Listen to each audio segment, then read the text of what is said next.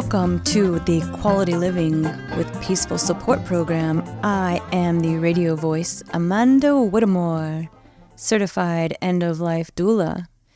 Amongst many other things, however, I attempt to, as a holistic healer, it's so difficult. However, I attempt to, focus on one main point. However, all of it is extremely necessary to support all of the branches. Our right hand needs our left hand as much as our right foot and our left foot. Our foot is a foot. The hand is a hand. However, they're connected to our body. So being a yoga teacher, being an end-of-life doula, working at the real estate office, all these different avenues, radio producer, all these things, they all are part of a holistic purpose. Can you guess what the purpose is? I'll give you one guess. Okay, 2 guesses. Listeners, go ahead, call the radio station. Radio station phone number, KCIW 541-661-4098. Anybody who wins and answers the question is my guest. I will treat you to your choice of beverage and breakfast at Bells and Whistles. Okay, now who remembers what's the question? What is the purpose of the holistic course? All the avenues, all the branches of all the things that I do, Amanda Whittemore. The purpose, you guessed it! Woohoo! You're the winner! All right, I will see you at Bells and Whistles and we will have breakfast together, 8 a.m. Perfect. Yes, of course, for quality living with peaceful support. All these teeny tiny little avenues and branches of who we are, uniquely designed, delicately, fiercely. All of our energies that are within us, our superhuman powers, they are who we are. And who are we to say which one tiny little piece needs to be that one thing? We can be all the things as long as we're conscious and aware and we do our best. Even if we don't, there's always another opportunity to do our best. And something really unique and special. So here with, if you've heard past shows, if you're familiar, if you're not, please do look in the log on the podcast of the kciw.org/quality-living. There is a whole list of 70 shows of quality living with peaceful support. And it details and explains and shows all the happenings of how the show began, what is its purpose, where are we going, all those fun things. It's a lot of it, honestly, is about death. And I know that's pretty weird because it's called quality living. However,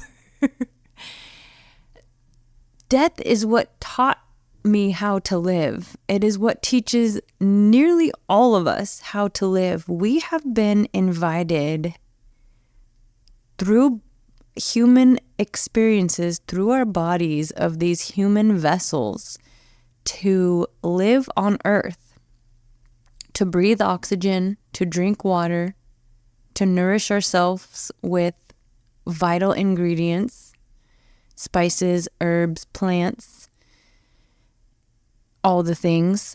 And so in these shows that will be happening in the near future, I just am feeling really called to bring to the table end-of-life support.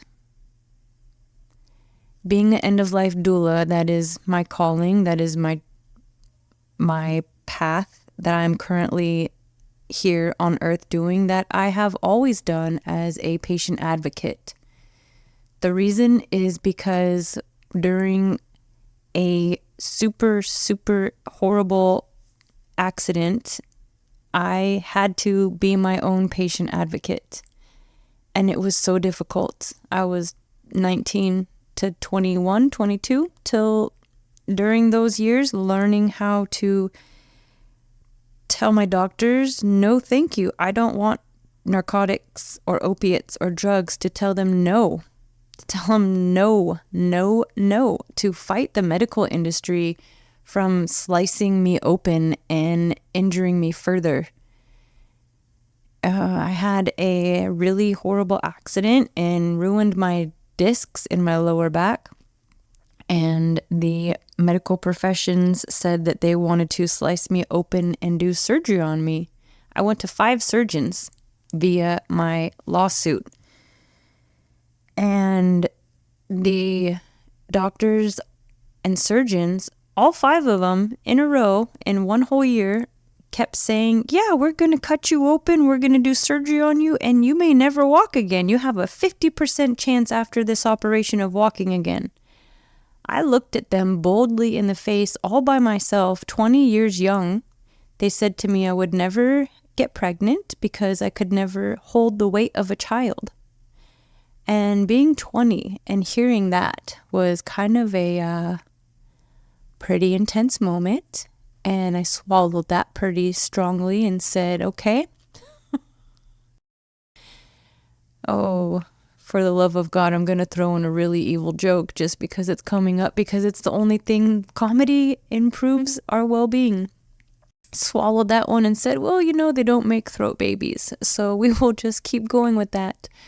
And so being at the surgeon's office, having them trying to slice me open for profit, because I was only going to get a 5-figure settlement from the insurance company, and the lawyers and the doctors wanted to get 6 figures.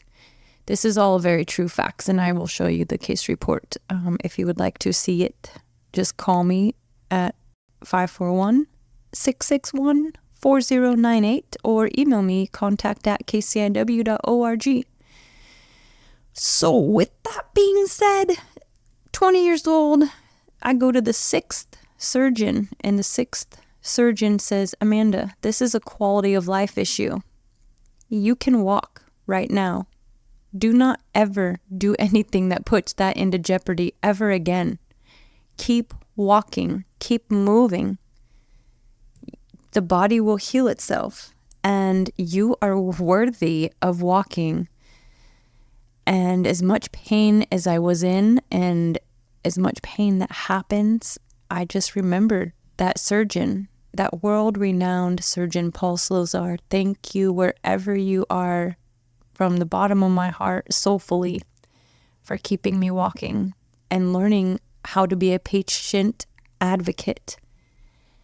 I had found natural herbs and resources that were different from the medical industry. And I thank you over and over and over again, medical industry. You are so profound, so smarter than I am, and genius, and you keep half the world alive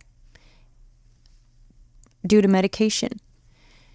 And that's a huge walking on a very tightrope right now here on the Quality Living Show with peaceful support, as I freely express my First Amendment right of speaking freely. I thank you, airwaves, for the bravery of being able to say that there's so many humans alive on Earth that are dying inside. They are screaming and yelling to be let out of their bodies. And there is an unknown force that is keeping them in their bodies. And it's inhumane. I'm going to say it boldly. It is inhumane that there's an industry out there, and they are the largest profiters. It's not oil, I'm going to tell you that. It might be plasma. However, we are here, some of us Imagine this. Your animal loses all control of their bowels. Your animal cannot walk, whether it's a cat, a dog, a horse. What is the number one thing that we do immediately? You call in 541-661-4098. You email me at contact@kciw.org, and I will join you and I will treat you. It'll be my gift. You get anything you want from Bells and Whistles with me. Quality Living Radio Voice, Amanda Whittemore. If you can answer me that question. Yeah. What is the number one action that humans do out of honor, grace, respect, moral, ethical code to those that are suffering, in pain, dying, dead, not going to have the operation? Even if there's all the money in the world, they're not having the operation because the operation would kill them anyways and cost thousands and hundreds of millions of dollars. When there's no medicine left to keep them alive, how do we advance? What do we do for those animals that have lost all control of their bowels or ability to live or ability to eat, drink, sleep, walk, anything? What do we do? I will gladly meet you at Bells and Whistles, and you will be my guest. You call in and I will pay for your breakfast if you can answer that question. 541-661-4098.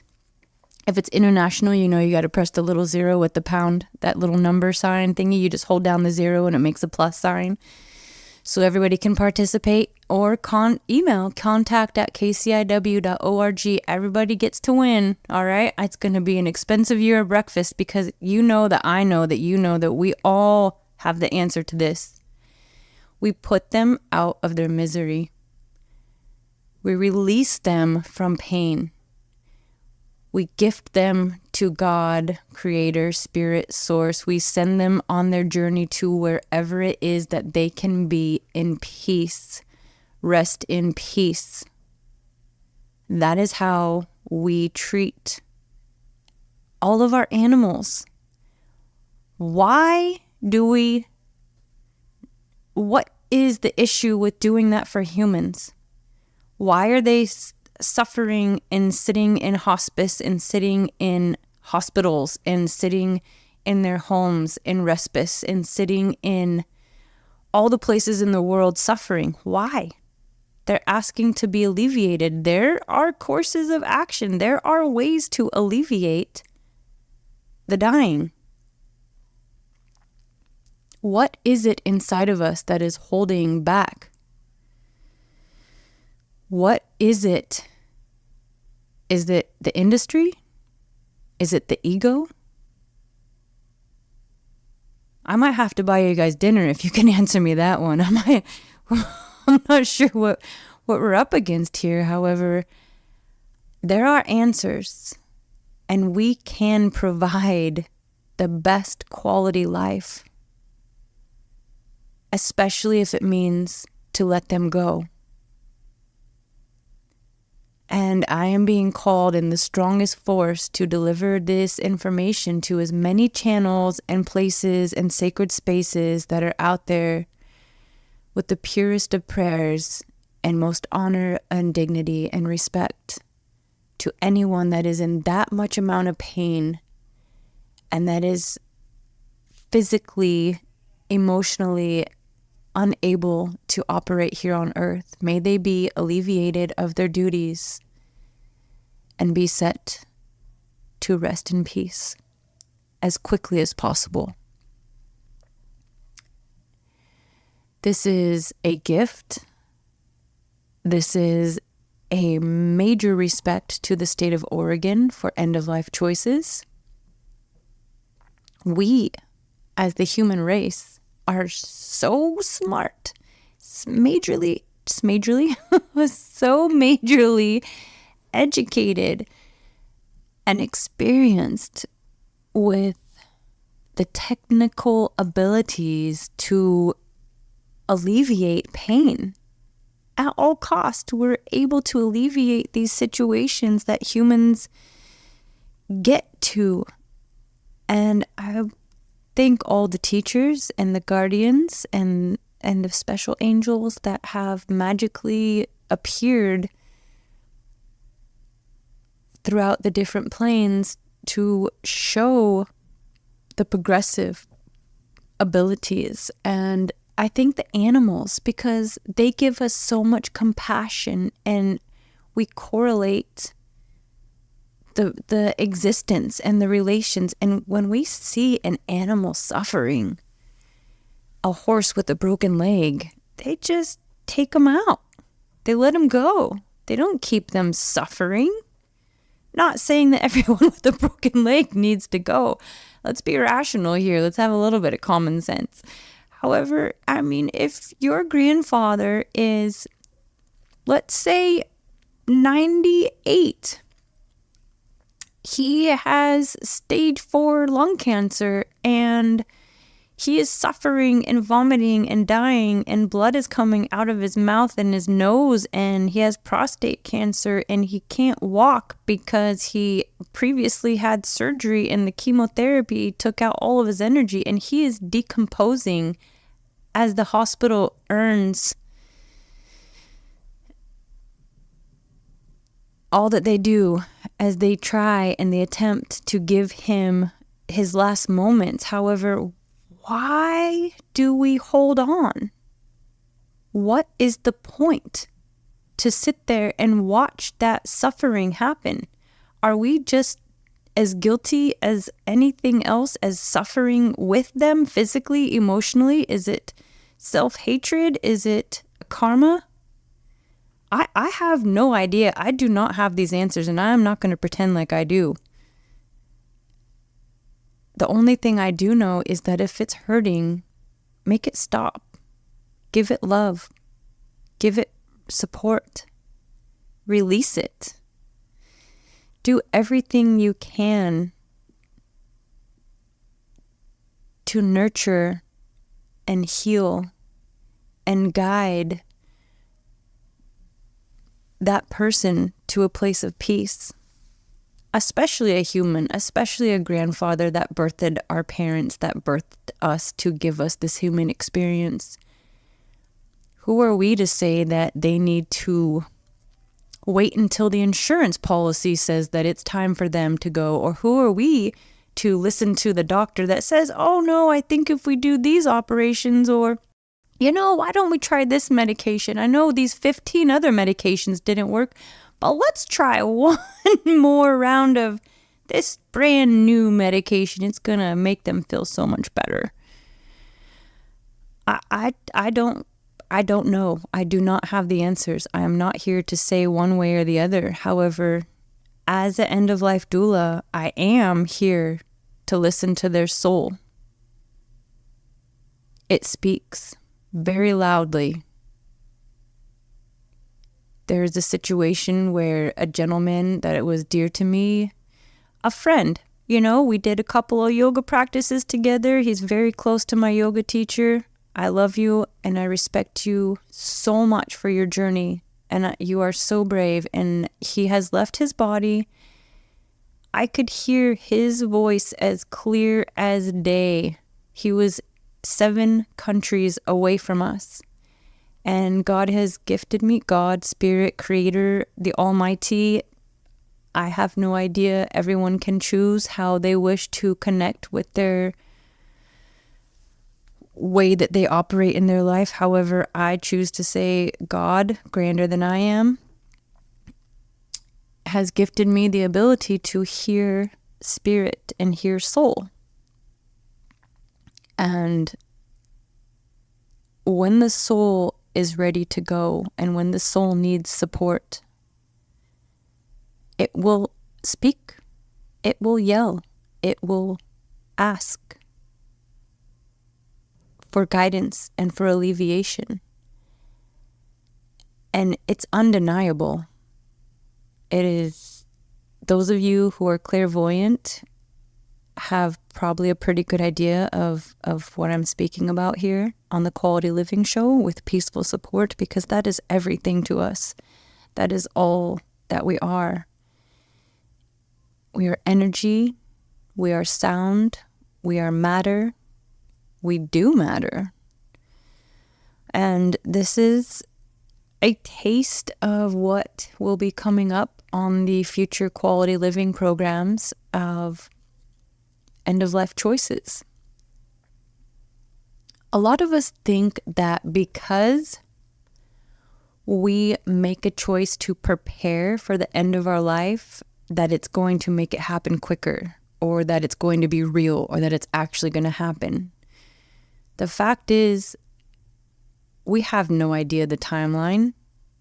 Even if we prepare for it, even if we set it to be 50 years from now, or 20 years, or even if the doctors say it's 6 months, it could be 8 years. There's another dear brother, a dear father, an explanation. Hopefully one day he can make it into the studio, because I met this gentleman, my best friend's dad. I met this gentleman when I was doing my patient advocacy work in the year of 2005. He came to me and he said, "Amanda, the doctors say that the father will be dying of throat cancer. He has 3 to 6 months to live." And I said, "Really? Let's see what we can do about that." And I did the work that I do, and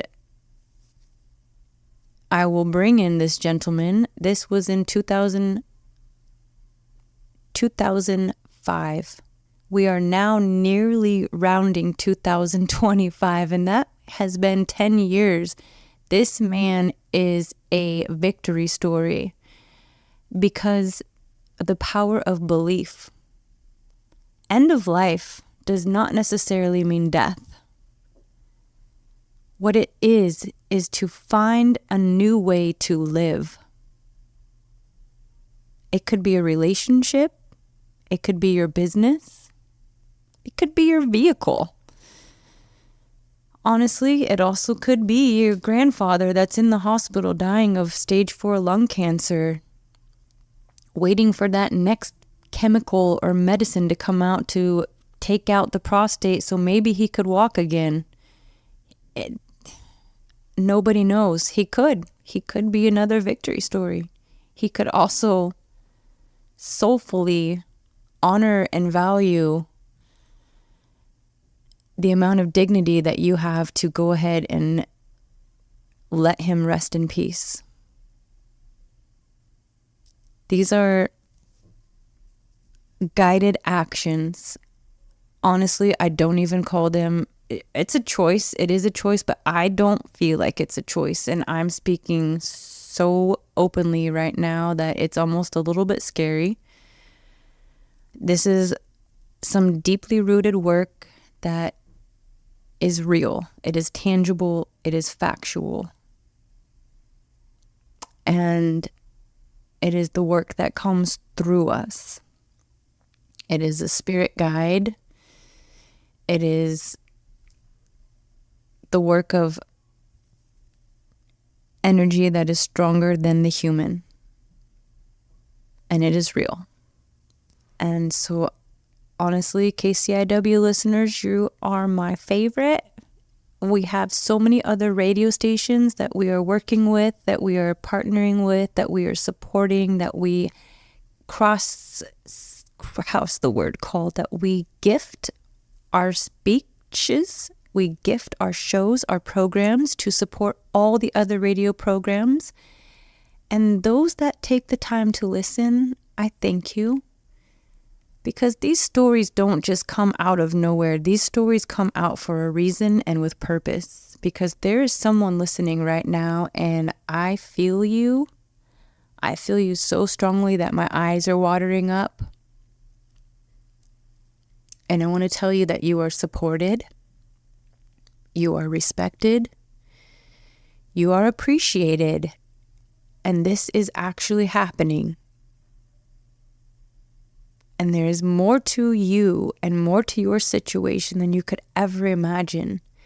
And at any time, if you ever need me, you just go ahead and you call, because I'm here for you energetically. And if you wish to join me in the station, you are welcome to. If you need a yoga class at the ocean, I got you. We can do that too. And so, yeah, the power of thought with action and being open to listening is really all we have to do.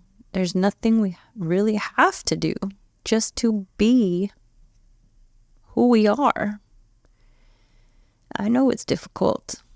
I've had it. I've had one of the most difficult experiences ever. At the same time, it's nothing in comparison when we get out into the world and we meet other people and we go to other states, other countries. We learn other languages. We meet people who speak 5 languages.